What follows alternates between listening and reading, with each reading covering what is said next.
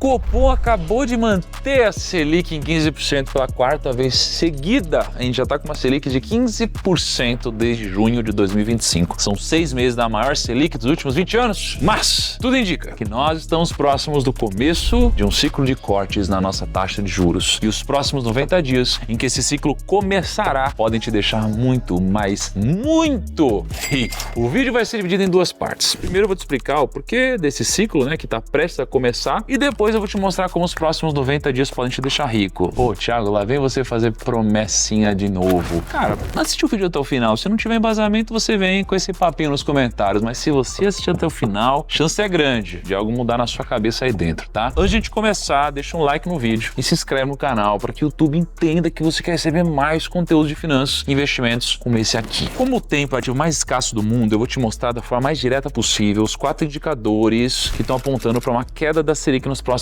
meses. O primeiro indicador é a desaceleração do IPCA. Talvez você não saiba, mas o principal objetivo do Banco Central é levar a inflação do Brasil para a meta. Quem definiu essa meta foi o Conselho Monetário Nacional, mais conhecido como CMN. E quem preside o CMN é o nosso ministro da Fazenda, Fernando Haddad. Então foi ele que definiu a meta desse ano, meses atrás. E qual que é a meta para esse ano? 3%, com tolerância de 1,5 pontos para cima e 1,5 para baixo. Ou seja, a inflação pode chegar até 4,5%. Existe sim uma pequena chance do Banco Central conseguir chegar até essa meta, até porque o ano está prestes a acabar e a nossa inflação começou a desacelerar. Mas o mercado já espera uma inflação ainda menor para o ano de 26, 27 e 28. O Boletim Focus é o termômetro das expectativas do mercado financeiro. Ou seja, eles fazem um compiladão das previsões dos bancos, corretoras, consultorias e economistas do mercado. Toda essa galera espera um IPCA de 4,2 em 2026, 3,8 em 2027 e 3,5 em 2028. Isso significa que a inflação brasileira está convergindo para a meta. Isso vai abrir mais espaço para cortes na taxa de juros. Na verdade, o próprio Boletim Focus também espera que a Selic chegue a 12,25% ainda este ano de 2026. Até aqui, beleza. Mas quem garante que a Selic vai cair agora? E se esse ciclo começar apenas no meio do final do ano que vem? E é aqui que entra o nosso segundo indicador. Existe um tipo de aposta no mercado financeiro chamada de contrato de opção do Copom. É uma aposta que os investidores tentam prever se o Banco Central vai subir, manter ou descer a taxa de juros. E se você acertar, você ganha um prêmio. Se você errar, o contrato expira e você perde o que você investiu. O legal é que você pode acompanhar exatamente o que o mercado financeiro acredita que vai acontecer com a Selic em cada reunião do Copom. Por exemplo, a próxima reunião vai ser dia 28 de janeiro e ela está com 32% de chance de manutenção, 38% de chance de cair 0,25 e 30% de chance de cair 0,5. Acontece que a outra reunião, dia 18 de março, está com 13% para manutenção e uma chance bem maior para as quedas. Ou seja, se a Selic não cair em janeiro, provavelmente em março ela já começa a cair. Obviamente até lá o cenário pode mudar, mas é isso que o mercado aposta hoje. O terceiro indicador de que a gente está próximo de um corte na Selic tem mais relação com outros países e menos com o Brasil. Esse gráfico aí na sua tela é a variação das taxas de juros nos Estados Unidos, Peru, Chile, México, Colômbia e Brasil. Repare que o Brasil é o único país que ainda não começou a cortar a sua taxa de juros. Todos os outros já cortaram em algum nível. E o que isso significa? Significa que o Brasil tem hoje um dos maiores juros reais do mundo. Para ser mais exato, a gente tem um segundo maior. A gente só está atrás da Turquia. Tem um problema crônico de descontrole inflacionário. A gente está, inclusive, na frente da Rússia, que está em guerra. Ou seja, a nossa diferença de juros com os outros países ficou muito discrepante. E o quarto indicador que a gente tem é o nível da atividade econômica. Como vocês bem sabem, quanto maior a Selic, mais baixo é o nível da atividade econômica. Porque quanto maior a taxa, mais caro o crédito na economia e maior a propensão das pessoas a guardar dinheiro ao invés de comprar e fazer a economia circular. E hoje o nível da atividade econômica está caindo muito. Tem um indicador chamado IBCBR, que é um indicador mensal que mostra se a economia brasileira está parada, está crescendo ou está caindo. É um termômetro do crescimento do Brasil. E quem calcula e divulga esses números é o próprio Banco Central. Então eu fui no site do Banco Central, eu consegui puxar o histórico mensal dos últimos 20 anos. Depois de ter acesso a todos esses dados, eu calculei a variação interanual, ou seja, a variação do mesmo mês, só que para alguns anos diferentes. O que a gente descobriu? Que a atividade econômica do Brasil está próxima de crescimento zero. Os únicos 3 momentos negativos que o país teve foi durante a crise do subprime em 2008, durante a crise do governo Dilma em 2015 e 2016 e durante a pandemia em 2020. Agora, a gente está desde janeiro de 2024, ou seja, praticamente 2 anos, em queda livre e caminhando para um crescimento negativo, ou melhor dizendo, um encolhimento da economia. E o que isso significa? Significa que um nível menor pode fazer a inflação ceder. As pessoas estão consumindo menos, negociando menos, desacelerando a economia. Isso abre espaço passo para o Banco Central cortar a taxa de juros e destravar o Brasil. Esses são os 4 indicadores que apontam para uma queda da Selic nos próximos meses e provavelmente a gente vai ver um ciclo de corte de juros nos próximos 90 dias. A pergunta que fica agora é, a Selic cair é questão de tempo, mas como você pode ganhar muito dinheiro com esse ciclo de corte? E esse que a gente chega na parte 2 do nosso vídeo. Existe um ditado popular no mercado financeiro que diz, passado não se repete, mas ele rima. Obviamente, não é porque uma coisa aconteceu no passado, porque ela vai acontecer da mesma forma exatamente igual no futuro, mas existem ciclos de mercado que se repetem várias e várias vezes. Então, para a gente ter um cheiro do que pode acontecer nos próximos cortes da Selic, primeiro a gente precisa entender o que aconteceu com alguns investimentos no passado durante os cortes da Selic. Então, o que eu fiz foi criar uma simulação desde 2012 até hoje. Eu confesso que demorou um pouco para ser feito esse estudo. Eu e meu time coletando uma porrada de dados para montar esse gráfico, mas ele mostra a performance do Ibovespa, do IDIV, que é um índice de ações focadas em dividendos, do CDI, das NTNBs, conhecido também como Tesouro IPCA, e dos fundos imobiliários nos últimos cortes da Selic. Só para você entender melhor, o eixo X é o tempo. Então você tem desde o começo de 2012 até hoje. E o eixo Y é o resultado dos seus investimentos. Quando a linha está parada, significa que o Banco Central está mantendo ou subindo a taxa de juros do Brasil. E quando o gráfico está flutuante, significa que o Banco Central está cortando a taxa de juros. Ou seja, da forma que o gráfico foi construído, a gente pode ter uma noção de quais foram os ativos que melhor performaram durante os cortes da Selic. Então, supondo que você tenha investido R$100 em cada uma dessas classes de ativos, considerando somente a rentabilidade em períodos de queda nas taxas de juros, a classe de ativos que mais rendeu foram os fundos imobiliários, seguidos das ações de dividendos, depois do Tesouro IPCA e depois praticamente empatado o Ibovespa CDI. A bolsa é levemente acima, mas eles estão praticamente na mesma linha. O que esse gráfico diz pra gente então? Que se você tivesse investido R$100 em fundos imobiliários lá em 2012 e tivesse investido somente em períodos de corte de juros, você teria R$195. Em ações de dividendos, R$187. Nas NTNBs, 176. No Ibovespa, 145. E no CDI, 143. Ou seja, se hoje a gente está com uma Selic de 15%, se a gente realmente está próximo de um ciclo de corte, e se você é uma daquelas pessoas que tem praticamente todo o seu patrimônio em renda fixa pós-fixada, uma das melhores coisas que você poderia fazer com o seu dinheiro é diversificar e migrar aos poucos uma parte do seu dinheiro do CDI para fundos imobiliários, ações de dividendos e títulos do Tesouro atrelados à inflação de longo prazo, porque essas foram as classes de ativos que tiveram maior retorno em períodos de queda da taxa de juros. Se você não sabe exatamente qual ação o fundo imobiliário comprar, você tem duas formas de solucionar esse problema. Você pode aprender a investir por conta própria, tem milhares de vídeos aqui no canal e você pode assistir